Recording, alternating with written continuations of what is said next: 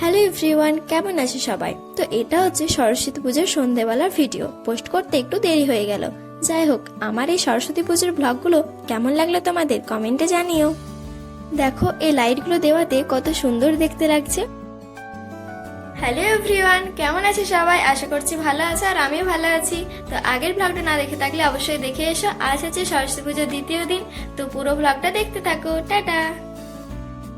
সকাল থেকে সেরকম কোথাও যাইনি, তারপর বিকেলে চলে এলাম। এখানে সরস্বতী পুজো উপলক্ষে কয়েকটা খেলার আয়োজন করা হয়েছে, সেগুলোই দেখছিলাম। তারপর আমরা মা বসন্ত কুমারী থানে চলে এলাম।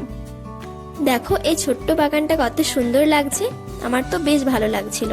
তারপর বেশ কিছুক্ষণ এখানে থাকার পর চলে এলাম আবার খেলা দেখতে। সত্যি খুব মজা হলো। তোমাদের সরস্বতী পুজো কেমন কাটলো অবশ্যই জানিও। আর হ্যাঁ, কাদের কাদের বাড়িতে সরস্বতী পুজো হলো সেটাও জানিও।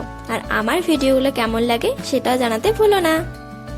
তার পরের দিন সকালে ছিল আমার টিউশন। তো টিউশনের পথে দেখা হলো এই সরস্বতী প্যান্ডেলটা, তাই ভাবলাম একটু ঘুরে আসি। দেখো কত সুন্দর করে সাজিয়েছে, মায়ের মূর্তিটা অপূর্ব করেছে।